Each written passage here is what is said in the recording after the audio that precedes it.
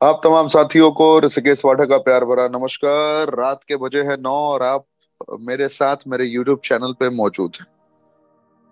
जैसा कि मैंने कमिटमेंट किया था, रोजाना आपसे मुलाकात होगी और कुछ ना कुछ पहलुओं पर मैं निरंतर चर्चा करता रहूंगा और आपको निरंतर एक अलग लेवल पे ले जाने के लिए मैं प्रयत्न करता रहूंगा। और उसी कोशिश में मैंने फिर से आज लाइव आकर सोचा कि आपको एहसास कराऊं।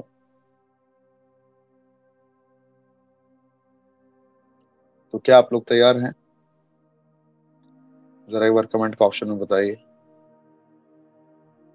जिंदगी में जब इंसान कामयाब होने जाता है तो बहुत सारे फेजेस से होकर गुजरना पड़ता है। बहुत सारी जिंदगी में पड़ाव आते हैं जहाँ पे आपको रुकना भी पड़ेगा, ठहरना भी पड़ेगा, समझना भी पड़ेगा और परिस्थितियों का मूल्यांकन भी करना पड़ता है। अगर रुकेंगे, ठहरेंगे और परिस्थितियों का मूल्यांकन नहीं करेंगे तो जिंदगी में बहुत सारी चीजें ऐसी हैं जो छूट जाएंगी। इसलिए आपका रुकना, ठहरना, समझना बहुत जरूरी होता है। राइट। तो आप देखिए कि जिंदगी को आप कैसे जी रहे हैं, जिंदगी को किस तरीके से समझ रहे हैं और जिंदगी की किस परिस्थितियों के तहत आपने जीवन को समझने की कोशिश की। राइट। तो मार्केट में जब आप काम करने चलेंगे तो बहुत जीवन में आसान कार्य भी बहुत मुश्किल लगने लगेंगे जब आप शकुनी मंत्रा टाइप की मनस्थिति के लोगों से मुलाकात करें। और सबसे बड़ी समस्या यह है कि इस टाइप के लोग आपको हर जगह मिलेंगे जो अच्छी परिस्थितियों में भी आपको नकारात्मकता का एहसास करा जाए। फिर से ये लाइन दोहराना चाहूंगा, शकुनी मंत्रा टाइप के लोग आपको हर जगह मिलेंगे, हर एक जगह एहसास करा जाएंगे कि आप अगर सही कंडीशन में भी हैं तो आप विपरीत परिस्थितियों का आनंद कैसे ले, इसकी आपको अनुभूति वो कराएंगे ही। तो याद रखिए, जब शकुनी मंत्रा की बात कर लो, थोड़ा शकुनी किसके बाद बात करूंगा। मंत्रा सब कुछ तो बेहतर चल रहा था ना। राजा का राज्यभिषेक होना है, घोषित हो गया कि राम जी अयोध्या के राजा बनने वाले हैं, उनकी ताजपोशी होनी सुनिश्चित है। सबसे मजेदार खबर यह है कि भरत जी की मां कैकेयी भी बहुत ज्यादा उत्साहित थी। बहुत लोग जानते होंगे, आपने एहसास भी किया होगा, उनकी कहानियों को भी बहुत समझा होगा। कैकेयी जी भी बहुत ज्यादा उत्साहित थी कि मेरे पुत्र राम की ताजपोशी होनी है, मेरे पुत्र। और हकीकत भी यही था कि कैकेयी जी कौशल्या से ज्यादा प्यार देती थी प्रभु श्री राम को। हकीकत था ये, वास्तविक कहानी। वास्तविकता से आप एहसास कर सकते हैं कि जब मां को कोई तकलीफ नहीं थी, कैकेयी माता को कोई तकलीफ नहीं थी, बहुत खुश थी वो। राजा दशरथ को कोई समस्या नहीं थी इनको राजा बनाने में। हर एक इंसान खुश था, उस अयोध्या नगरी का हर इंसान खुश था, सिवाय एक के, जिसका नाम था मंथरा। मंथरा के जहन में आया कि अगर कुछ फूट डाली जाए तो मेरी जो इंपॉर्टेंस है वो बहुत ज्यादा बढ़ जाएगी कैकेयी की निगाहों में। ऐसे ही बहुत सारे लोग चुगलखोर होते हैं जिंदगी में, जिनको लगता है कि अगर मैं दूसरों को नीचा कर दूं तो मेरी कद बढ़ जाएगी।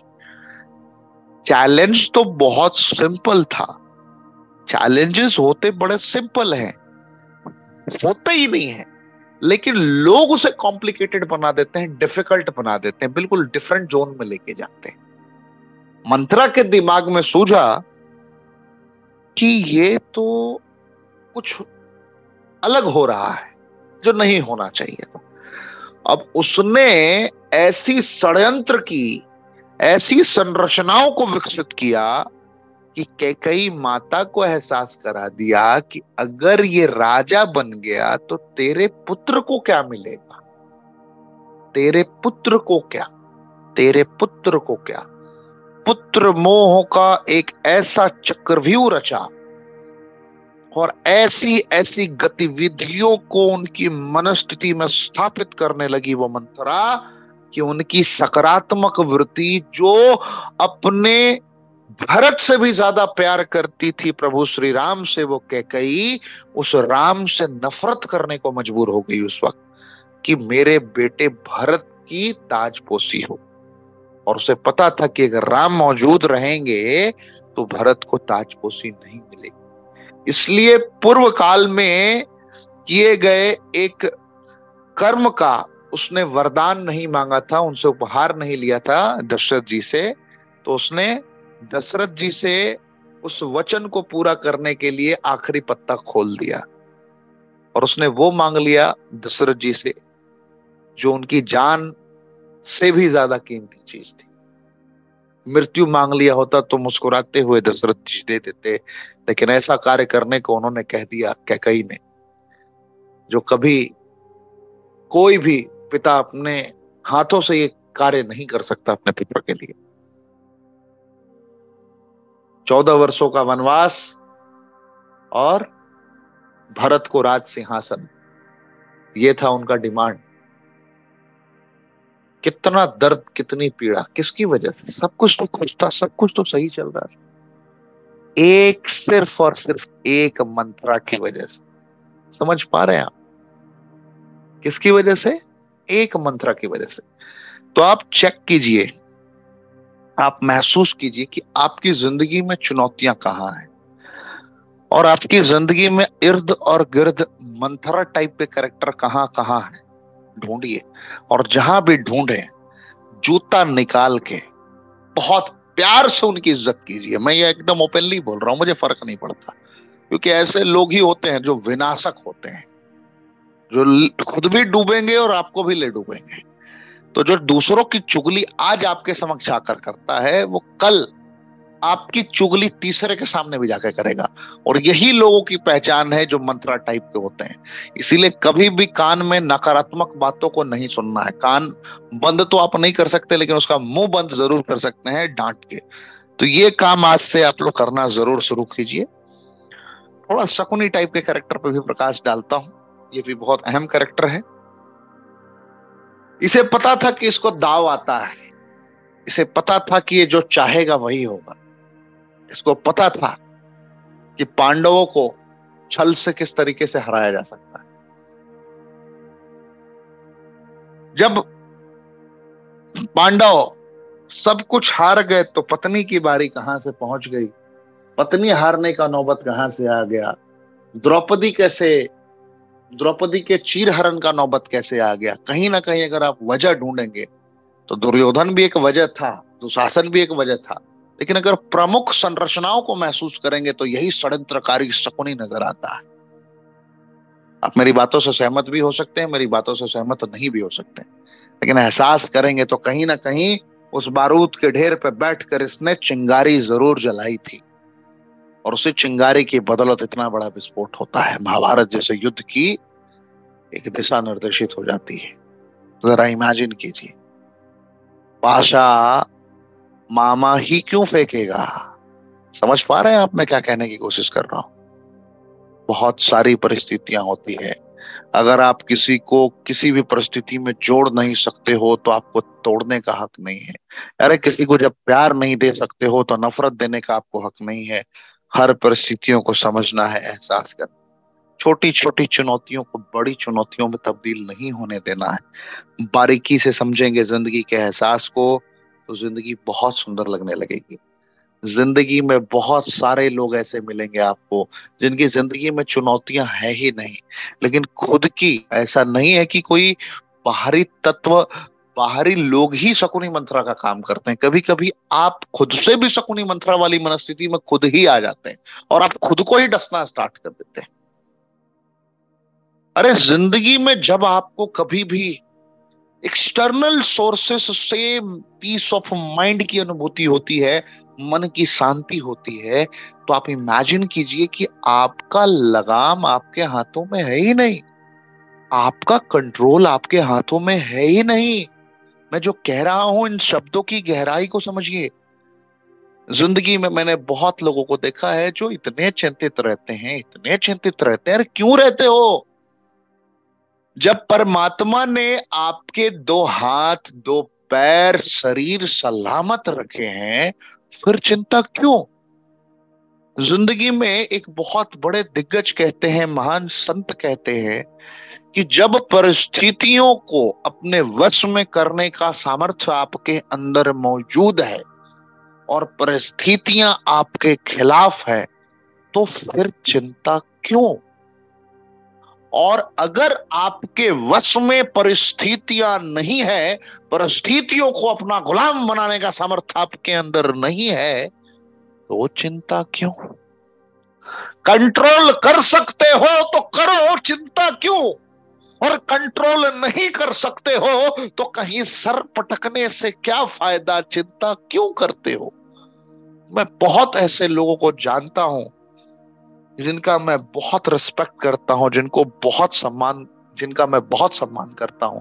ऐसे बहुत सारे लोगों को देखता हूं, जब थोड़ी बहुत विचलन होती है, मन विचलित होता है, स्टेटस लगा देते हैं व्हाट्सएप पे। अरे आपके व्हाट्सएप स्टेटस देखने के साथ में लोग आपके मानसिक परिस्थितियों का मूल्यांकन करने का जरूरत जुटा लेंगे। उनको अंदाजा लग जाएगा इसका माइंडसेट क्या है।